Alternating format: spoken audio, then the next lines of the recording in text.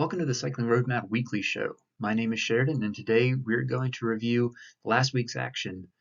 We'll take a look at the second week of the UCI points, and we'll also have a full review of all the races coming up this week. So let's get started. All right, the first race that we're going to review this week is from the AlUla Tour in Saudi Arabia. So stage one started and finished at the AlUla Camel Cup track. And bad luck followed UAE XRG from Australia to the Middle East.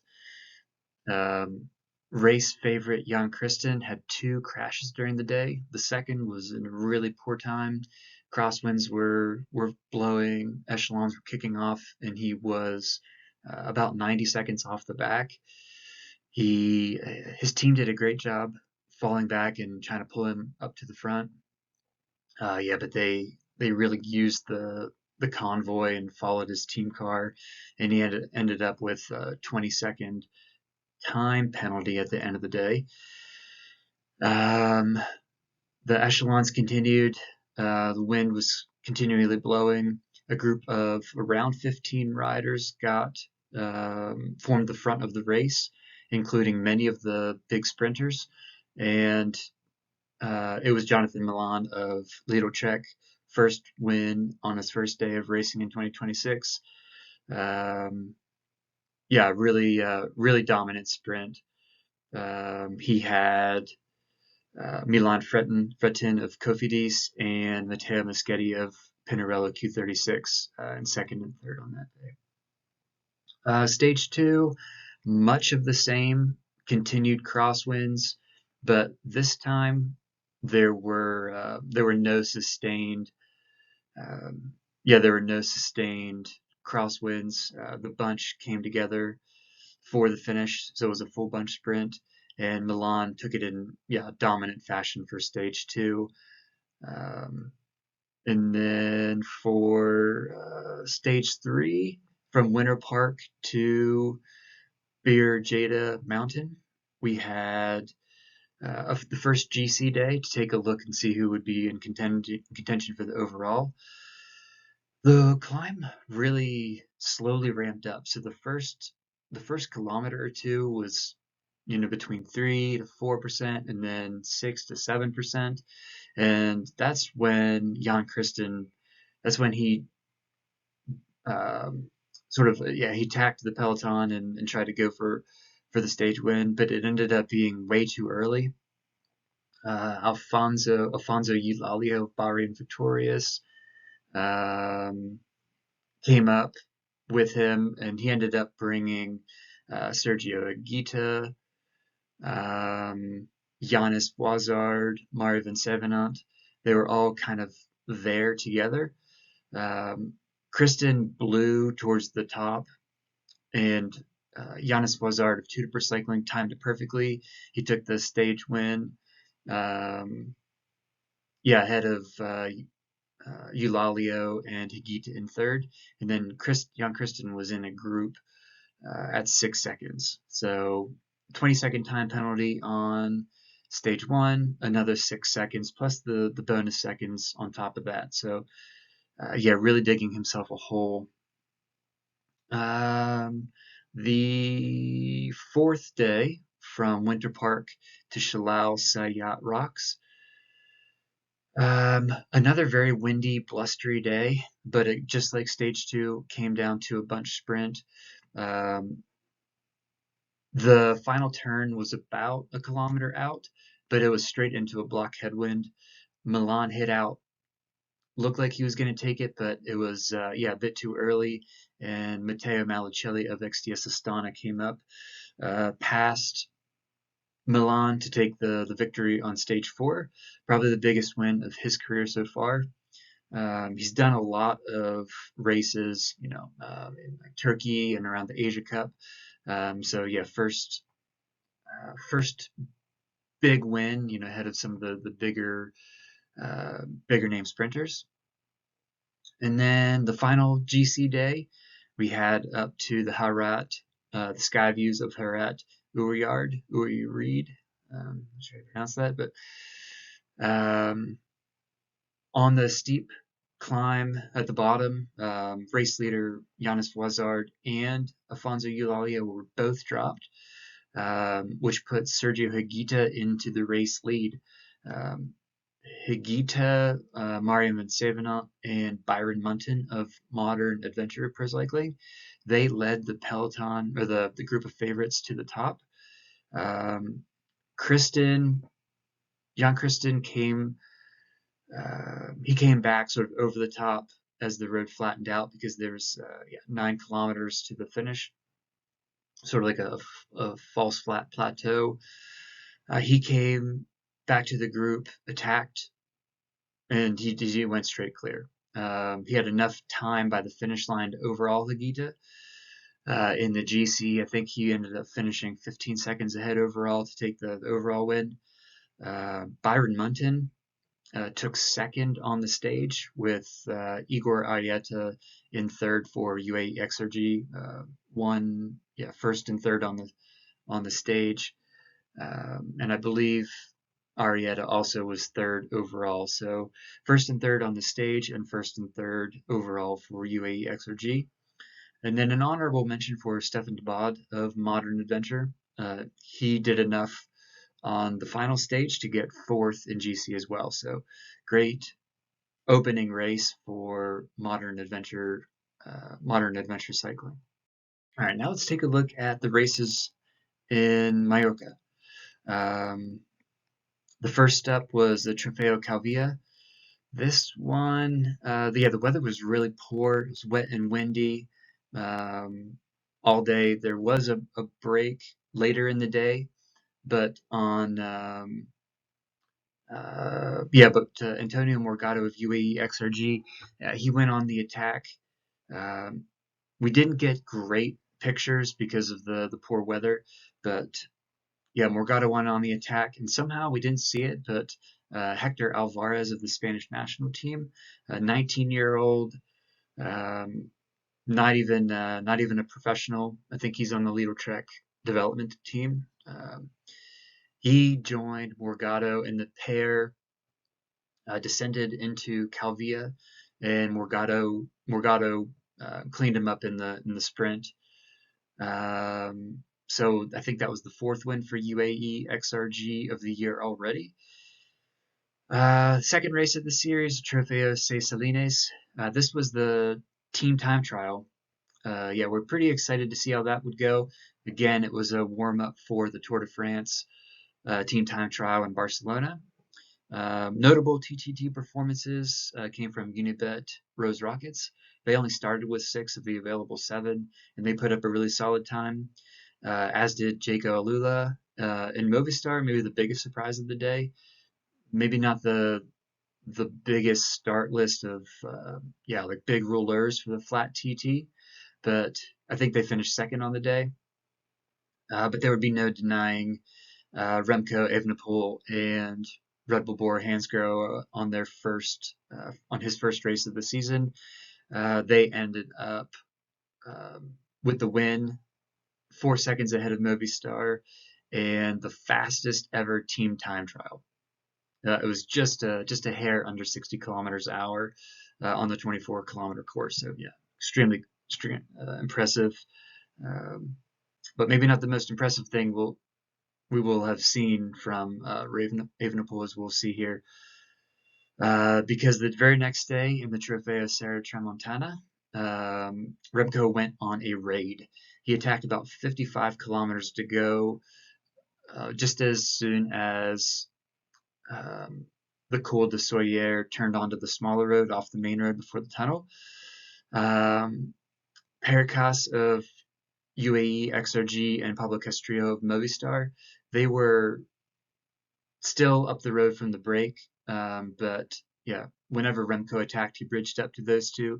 They were impressively able to hold on to the top, but both were dropped on the descent of the Col de Soyer.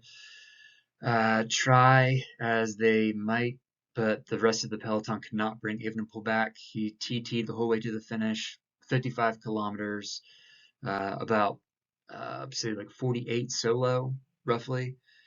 And he won by a minute 40 seconds to Antonio Morgado, who finished second.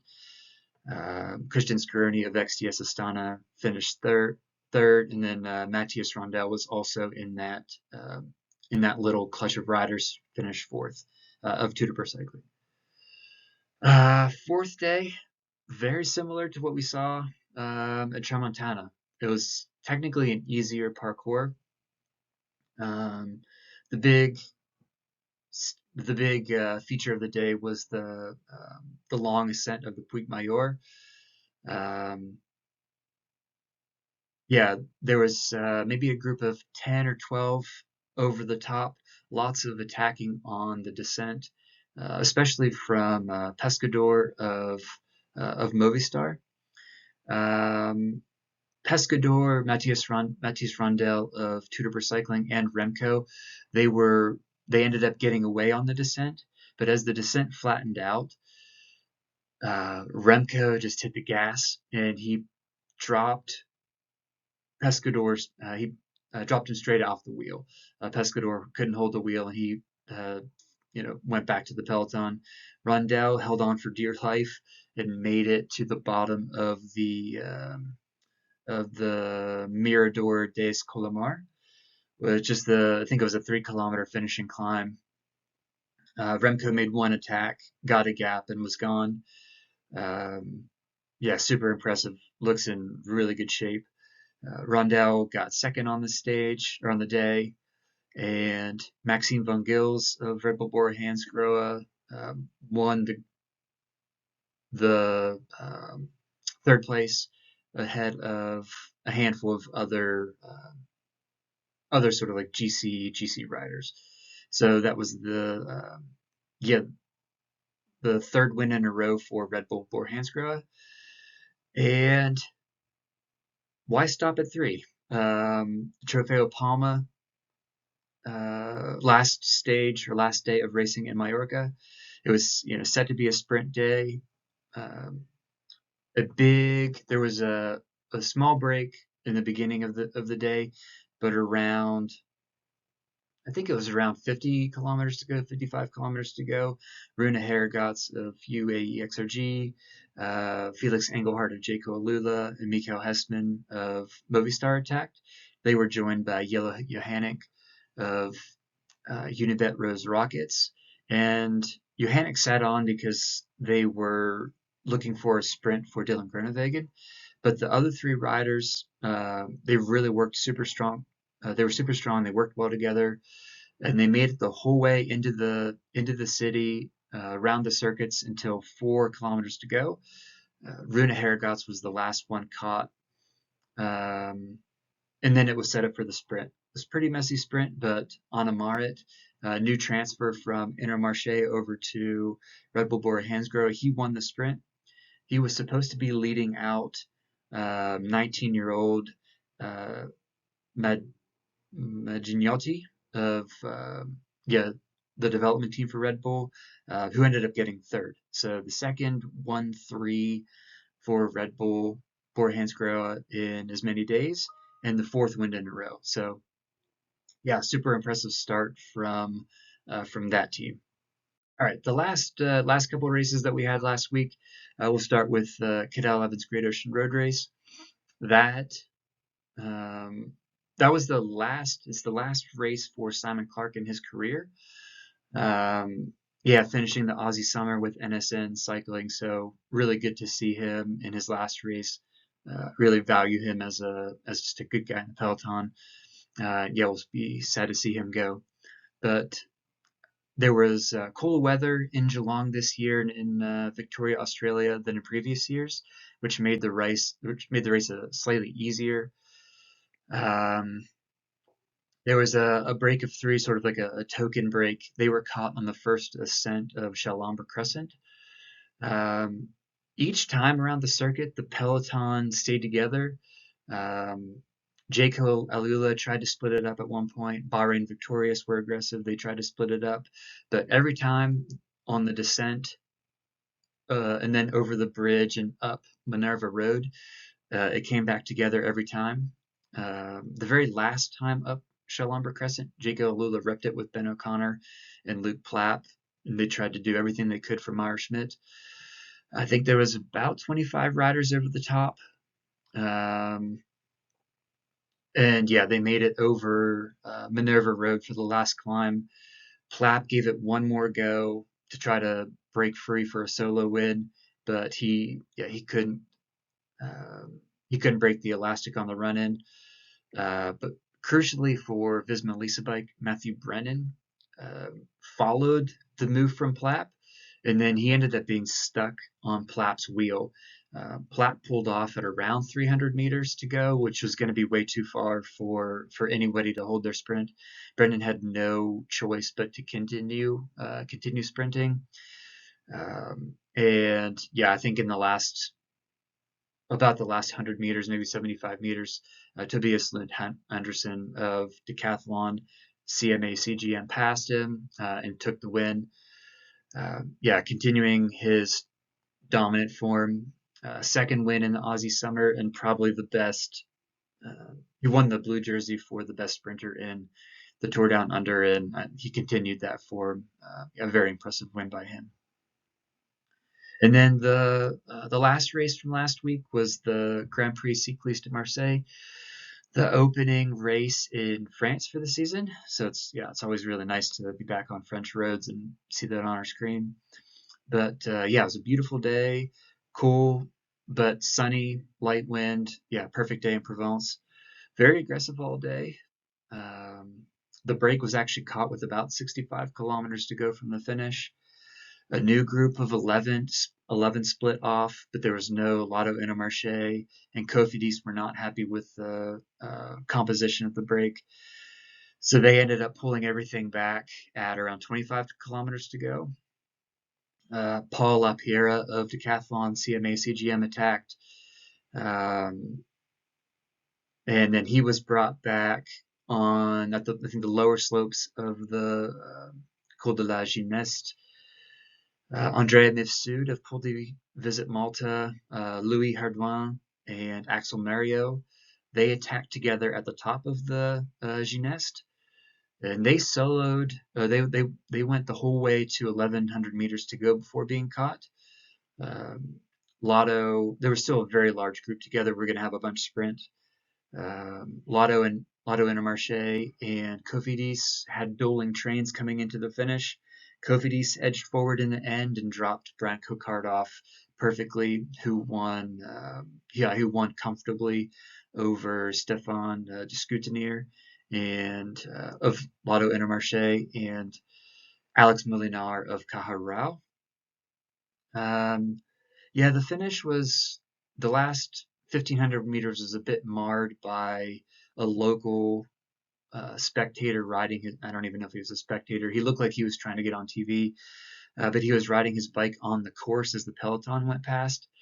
And I just hope this isn't a sign of things to come for the rest of these sort of like smaller races early in the season. Last year we had issues with cars on the course in Bessèges, causing a few crashes. And other pedestrians. So just hoping that organizers can keep the roads clear and safe for the races coming up. All right. Moving on to the next segment of the show, we have the updated UCI points. Things are starting to take shape a little bit. UAE XOG have taken their rightful position as number one, back from JK AlUla in the first week. Young Christen taking the overall in AlUla along with Igor Arieta in third. A stage win, a win for Antonio Magado. Yeah, the wins just keep kind of rolling for that team. So, no surprise for them, number one. Things are overall starting to take shape, though, sort of how we would expect. We still have some oddities, Ineos, Lidl-Trek, Groupama, they're all going to start pushing forward and make their way towards the top. Lidl-Trek, I firmly expect to be sort of like top three, maybe top four. I see UAE obviously as number one. Visma, Lisa Bike is going to be up there. Lidl-Trek and Red Bull Bora Hansgrohe. I think those are the main sort of like super teams that are going to be dominant. They've been dominant in the past, and I don't see anything to sort of change that dynamic. So, yeah, the interesting thing we'll have to just keep an eye on is just sort of like this middle tier, who's going to emerge as sort of like the best of the rest. And then we'll also keep an eye on sort of like the lower levels, um, who who's coming out of the block a bit slow. So we'll keep an eye on this as the weeks go forward. All right, let's move into phase three. So we have all of the races coming up in the next week or so. The first we'll take a look at is Etoile de Bessèges from February 4th to the 8th. One of my favorite races. I love the small French races down in the south early in the year. I think it's just a beautiful part of cycling just to see the new teams and the new colors all on French roads.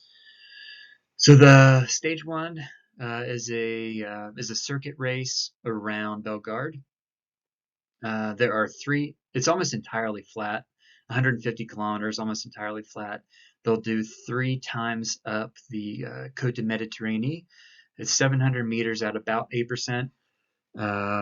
I expect one of the punchers to be up there. Mads Pedersen has been up there in the past.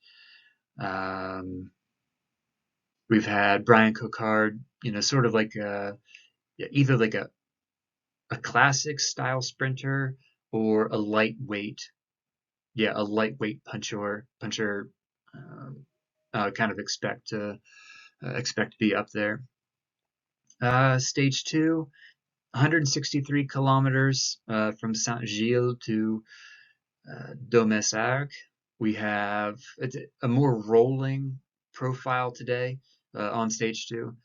I would say it's probably going to be more of a pure sprinter's day. There is a 1.1 kilometer climb of the Côte de Montignac. It's about 5.5%, but it comes a little over 20 kilometers from the finish. So I think most of the pure sprinters will be able to get over that and back in the group no problem for a bunch sprint. Maybe we might get 3 sprints in a row. Stage 3 in Bessèges, 162 kilometers. It was a sprint last year. This profile looks a little bit harder. There is a 3.6 kilometer and a 2.1 kilometer climb, both at around 5%. And I think the last one tops out at around 12 kilometers from the finish. So it's sort of like touch and go between whether some of the faster guys can make it over. It might be a reduced bunch sprint. That one's sort of a question mark. And then stage 4, guaranteed bunch sprint. 155 kilometers. It's very flat. There's almost nothing. There's nothing on the profile at all. The only thing that could keep this from being a pure bunch sprint is if the wind blows. I believe it goes on some of the more exposed roads down in the south towards like the marshes. So if they hit some of those like delta marshy roads, the wind could blow. It's pretty exposed, no real trees down there, so maybe an interesting stage to watch, or it could be a complete dud. All depends on where the wind is. And then stage 5 is an individual time trial from Alice up to the Hermitage. It's 10 kilometers first. 8 kilometers is flat along the Gordon River. And then the last 2.5 kilometers is about 5%, with the last half of that is about 7%. So yeah, pacing super important.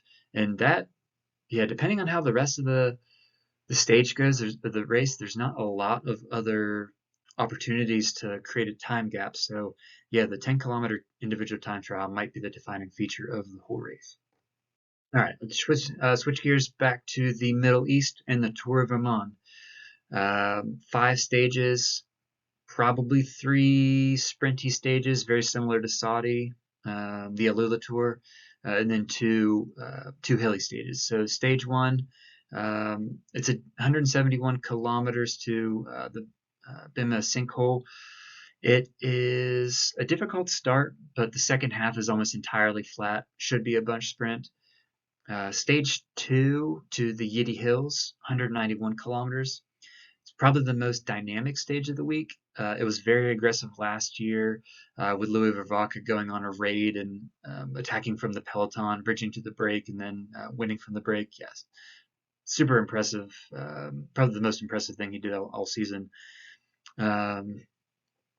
But it could be, it'll likely be a reduced sprint.